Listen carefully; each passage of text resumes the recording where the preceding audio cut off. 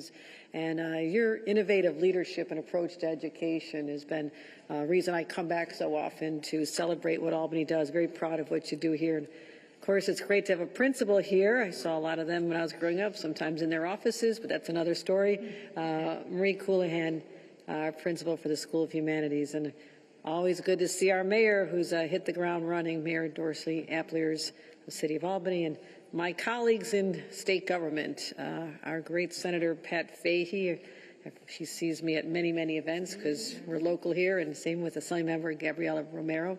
And I have two special guests here who are very involved in the initiative I'm talking about here today, and that is Senator Michelle Hinchy and Assembly Member Jessica Gonzalez Rojas. So what I want to talk about is, the fact that we're very focused on the best outcomes for our school children.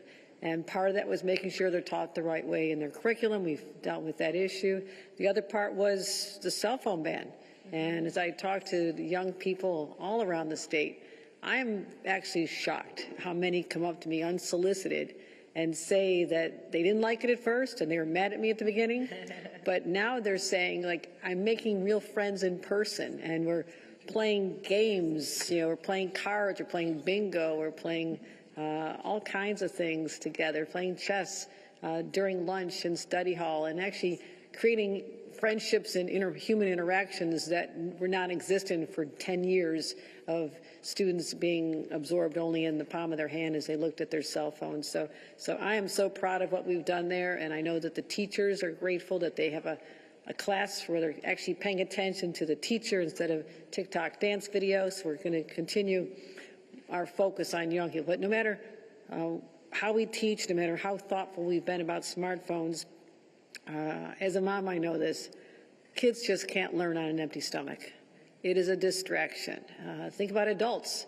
You get the hangries late in the afternoon if you don't get that Snickers candy bar or whatever you eat. But think about our kids who don't have access. They can't walk into a kitchen and get something to eat when they're hungry.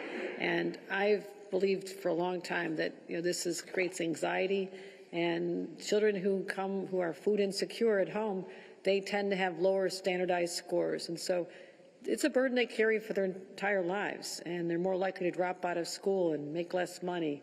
And in the wealthiest nation in the world, there should be no excuses, no reason why any child should not be able to have a full stomach all the way through the entire school day. And that's why I made a promise last year that every child, every school would have food from breakfast to lunch and not have to worry about the cost for their families. So we fought, we got this done. I work with our legislators, you'll be hearing from in a few minutes. But we launched our Universal School Meals Program in September.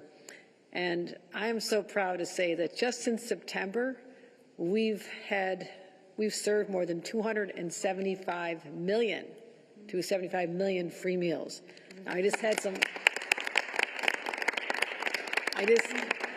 had breakfast with some really smart kids, some 4-year-olds and 5-year-olds and some 4th graders, and they're all telling me how exciting it was. I even had a chance to open up a little syrup for one of the children, made me feel like I was useful again as a mom.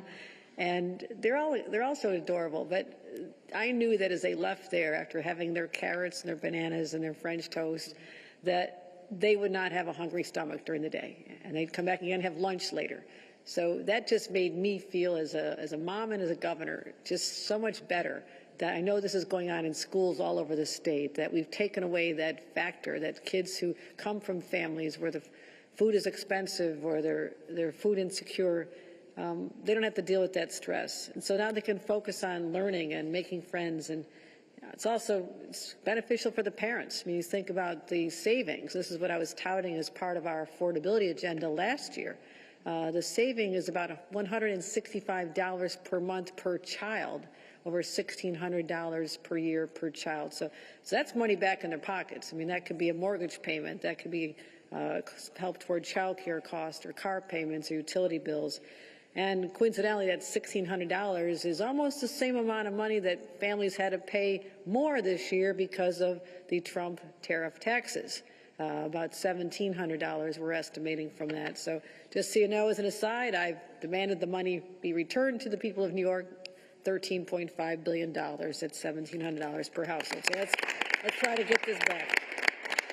But back to school lunches. On top of the savings from the school lunches, our affordability agenda continues. When people are paying their taxes, they now know that middle-class tax rates are the lowest they've been in 70 years. This is the first year that parents will benefit from the child tax credit, which when I first became governor was $0 for children under the age of 4. Now it is $1,000, and so that is dramatic progress, tripling the child tax credit, and also the inflation rebate checks that have been out. And so we've been focused on putting money back in people's pockets in countless ways, which is why we're focusing on other issues such as car insurance and other areas where people are just paying way too much. So I want to put that back in people's pockets and let people know that we're giving people not just money back in their pockets, but as I heard when one dad came up to me on the street when I was walking, he says, "Governor, you gave me back an hour of my day." I said, "What are you talking about? How did I give you back an hour in your day?" He says, "I used to have to be the ones who had to get the kids up early. I made their breakfast, then I had to pack the school lunches and run out and get the groceries to buy the school lunch." He goes, "Thank you for giving me the gift of time." So that is priceless as well. So in New York, we're going to continue fighting because your family is my fight. I'm going to do whatever I can to protect all the little kids throughout the state, and it starts with making sure that they start the school day with a full stomach, ready and eager to learn. So thank you to everybody who's been involved in this effort. Again, congratulations. And also someone who's been a strong supporter from the very beginning, our two legislators, Senator Michelle Hinchey, as well as Assemblymember Jessica Gonzalez-Rojas, who were an important part of the conversations to make sure this became a reality. So let's hear from Senator Hinchey. Thank you.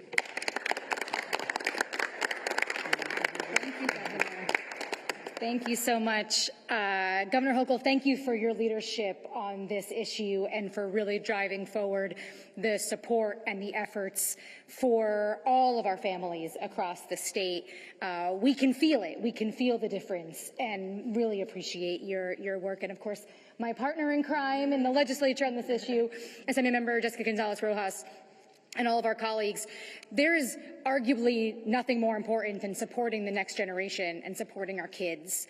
And none of that matters unless we can get them food. Food is a building block. It is the foundation of being able to achieve your best self, being able to achieve your aspirations, being able to focus, build social relationships. And in so many communities, that wasn't afforded to many of our children. And on top of the affordability measures and the importance of learning, as the governor spoke so well, it was also a stigma issue. Kids who didn't have access to food or came in early for the breakfast and lunch program maybe were teased by other students who didn't have access to that, and they didn't know what the difference was. This now levels the playing field for all of our students so that kids can just be kids. They can be equal. It doesn't matter your background or where you come from. Everyone is showing up to school eating the same food and learning the same things and working together, and that's what creates the society that we all want to live in. So thank you so much for your championship of this issue. Thank you to everybody here and, of course, our school district and our representatives, the parents, the students. This is a really big deal. One of the things I'm most proud of in the legislature being able to accomplish, and it's a privilege to be here for this incredible milestone with this number of meals. So thank you so much, Governor. Thank you. I will now have the privilege of introducing the Assembly sponsor of this bill, Assemblymember Jessica Gonzalez-Rojas. Thank you. Thank you so much. Thank you to our first mom governor, because as a mom, I viscerally know how critical this is. And again, my partner in the Senate has been a tremendous champion, understanding that this actually not just helps our families and our children, but also the farmers that grow our food. So it's really critical.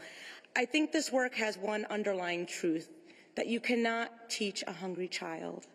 And as a mom, we understand, and family members, we understand how food is essential to the well-being and the educational outcomes of our children. So 275 million meals, those are mouths fed, those are stomachs and bellies full. That leads to better academic outcome, better behavior, reduced stigma, and money back in the pockets of our families. This is an amazing accomplishment. I, too, feel deeply proud of this. One of my most proud accomplishments in the Assembly, and I'm really grateful to stand alongside parents and school administrators and superintendents. This has changed the game, alongside the cell phone ban. I am a mom of a 14-year-old that was not a fan originally, but to see the way that they've continued to engage and improved without distraction has been incredible. So between food and distraction-free schools, it's been a game changer. So we're seeing the fruits of that. That began in September. And I'm so grateful for this partnership, and I'm so thrilled to continue to fight for all our families across New York. Thank you, Governor, so much, and thank you for all our partners here. Thank you.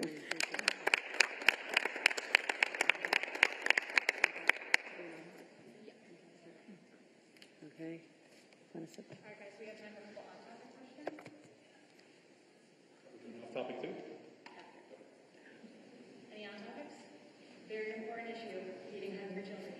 Just to follow up on that, so you mentioned farmers. Is it locally sourced? Is it when possible locally sourced food? We have all kinds of programs. If you want to address this too, and both of you have been involved in this, but we also have Nourish New York, which is a directive to make sure that there's, that we're actually paying farmers for additional food to give to food banks, but we have, Michelle's been involved. We also have the Farm to School program, which is a program that's been around a long time that actually helps reimburse school districts for food that they're getting from local farmers. There are some changes we want to make to that program to add breakfast and snacks to it to make sure that it's robust and that it actually works for our school districts to be able to do. So that's a conversation that we're having, but we want to expand as many markets for our farmers as we can, and we should be starting with our school institutions. Something the governor actually led the way on too is setting purchasing thresholds for all of our state agencies or any of our state organizations that buy food to set purchasing thresholds from New York farms. We want the same thing in our schools, and so that Farm to School program is meant to do that, and hopefully we can make some changes to it this year to be able to have that be a reality, even more than it is today, but it is a big part of it. All right, thank you. Thank you, everybody. Okay. I guess the only question I would ask is, and I have to apologize if this has been updated, but I know some of the Majority Leader Crystal Peoples-Stokes has introduced what they call the Good Food Bill at times. That had been vetoed in the past. Do you know what the current status of that bill is right now, or is that something? I don't know if it's been reintroduced this year. It has. Yeah. It has, and we made some, based on the veto message from the governor, we've made some changes. So we're hoping, we've been working with the Farm Bureau and others, so we'll be, a chance now, it sounds like the was reintroduced, but is that something that you were open to considering if it was changed? I'm always looking to work with the legislature to, address concerns that we have with the bills. Sure. We'll look at it.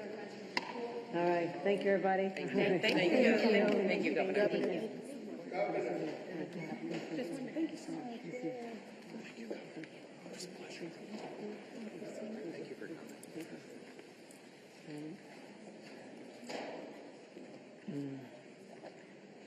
We are very tight on time. We got. First of all, happy birthday to Nick Reisman. Everybody all your colleagues want to sing? No, go ahead. Start. You can all do you. Happy birthday. You guys got to sharpen up a little bit for the LCA show if you're going to do any singing there. So I'll let you go. And welcome back to Elliot's father is back. Yeah, congratulations on the. Where did I see you? In a weird place with Elliot. The museum. We're in an elevator. Yeah, we were in an elevator together with little Ellie.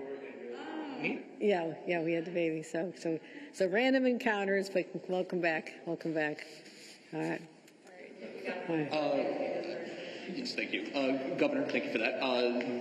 With the ongoing airstrikes in Iran, a number of Americans have been essentially trapped overseas in the Middle East. Obviously, this is ultimately a federal purview, but have you been in any discussions or conversations with New Yorkers who are stuck there? And is there anything that the state can do to help them? No, absolutely. We are in constant communication with the State Department. Minority Leader Chuck Schumer is taking lead on this as well, trying to identify those who are trying to get home. And, it's about time that the federal government actually take the steps that should have probably a number of days overdue, which is to charter flights and to find ways to get people home instead of just saying hunker down in place. They need to get home. And so there's been a shift in their policy finally, and we're glad to see that they're creating ways, mechanisms for people to get back out of the Middle East, which is becoming increasingly dangerous by the hour. And we're also keeping in our prayers all the New York members of the armed services who are in harm's way right now as well, having lost a number from other states, but this hits close to home to our military families. Is there any indication of how many New Yorkers are trying to get back? No, I'm trying to get that number as well. I just had a conversation. I've been getting briefings every few hours on this from my intelligence team and my cyber team and my police who are constantly engaged in this. We're trying to get a number of how many people are trying to come back, and as soon as we know, we'll let you know. Governor, with all the talk about the climate law, you've spoken about the need for an all of the above approach. Does that extend to fracking? Do you think the state should reconsider the ban on high-volume hydraulic fracturing? No. Why? No. My view is that we have. I'm also, my number one priority is to protect the people of this state, and I have had concerns about fracking. I know there's a lot of interest in it from some circles, but I believe that we have plentiful supply if we can unleash what I want to do. If we can have Donald Trump keep his hands off of our offshore wind and our solar initiatives, because they were part of a strategy. They made up a significant amount of the energy we've been counting on with our planning.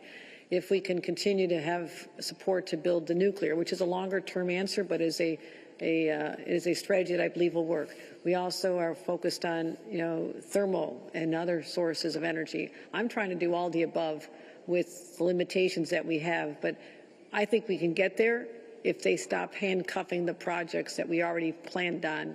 We're counting on 500,000 homes being powered in Brooklyn this fall with offshore wind. Thank you, Donald Trump. You shut that down. I've had to go to court to get it back on, and now we're delayed. So if they would get out of our way, and we can continue our approach, we'll be in a much better place. But it's hard to do that with the constraints they're putting on us. Another topic, the teachers union has made rolling back the Tier 6 pension tier a priority this year, particularly as it comes to the retirement age. Is that something that feasibly the state could handle? Is that something that you're open to? These are conversations we have to have with all the school districts that are affected by this as well. But I'll tell you, they're ongoing. There are a lot of different unions have Tier 6 desires this year. And we've asked them to come together and have a serious conversation about what's doable, what's affordable, what makes sense at this time. So those are still ongoing. Governor, have you spoken to the president directly about Iran since the weekend, number one, and number two? No, I'm not. No. Do you still think it's possible for you and the legislature to reach a deal on immigration outside of the rest of the budget deal whenever that comes? And where On the immigration initiatives, yes. I'm anxious to get it done. More time has passed than I would like. I believe that what we put forth is a very significant starting point to show that we believe that ICE is out of control, that they need to have guardrails. We want to have them banned from going to sensitive locations, like they should not be able to barge into a college student's dorm without having a court order, which is required under the Fourth Amendment. So we wanted to make those changes. We also want to say that I want local police focused on fighting local crimes.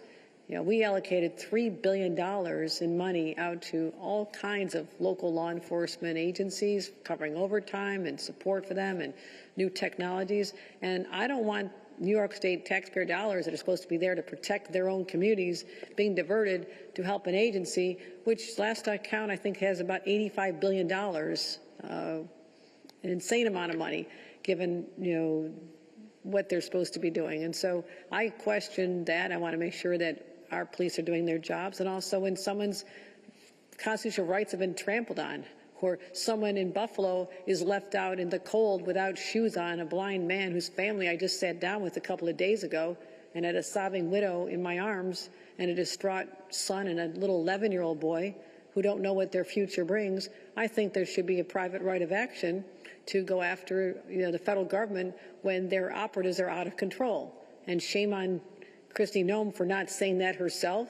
She should have fired the individuals involved. And if not, then she should have consequences. This can't go on the way it is. So I want the legislature to work with me sooner than later. The clock is ticking. I have plans I think make a lot of sense. and actually could help in situations that are unfolding literally by the day in this state. Kate, last question. Governor, so federal prosecutors are reportedly preparing a lawsuit alleging bid rigging between the state and Public Partnerships LLC. And emails released by Empire Center yesterday showed that state officials were in contact with the company from the get-go before the changes were made in that year's budget, which contradicts what state officials said at a hearing last year. I think that was all clarified, though. I think the statements that were made were clarified after the hearing, so you want to go back to the corrected record on that. No, I'm not aware of what they're bringing lawsuit. I don't know what they're doing. This is the federal government. They go after Tish James. They go after, congestion pricing. They go after offshore wind. I mean, this is just another list of areas where they're just trying to use their power to go after blue states only, blue states. So, but when there's any area where there's fraud involved, there's, with the Medicaid programs and other areas like that, we're on board and we're actually part of the prosecution of fraudulent cases. We support making sure that taxpayer dollars are spent properly, but I think you can go back to what the source of what they're trying to attack us on, a program that is now saving billions of dollars for New York taxpayers, and they've been riddled with fraud itself. So I'm going to be attacked for trying to stop a program that was, not serving its original purpose in many ways, defrauding taxpayers. I'm trying to get that right, so now they're alleging I've done something wrong. So just check the source. Just check the source. How do you feel like that will impact CMS's decision to both this potential lawsuit and also now this new probe into the state's Medicaid spending? Do you feel like that will impact CMS rejecting or approving? No, I don't think there should not be a connection between any of this. Again, if they're going to have, looking at Democratic-only states and questioning what we do for their own political reasons, I will have to stand up and show them the truth and show them the facts, that they're wrong. When there is fraud, I will help them fight it. I already have. We're already on the front lines of doing that. Hence, we radically changed the CDPAP program. So that should have no bearing on our request for them in other areas that are before them at this time. So. There was a less funding or no increase in funding for Save the Michaels. This was an organization in Buffalo. Abbey Israel, who lost his son to addiction. I know Abbey very well. Let me check into that. I don't have all the details, and I just saw that reported on. Okay, thanks.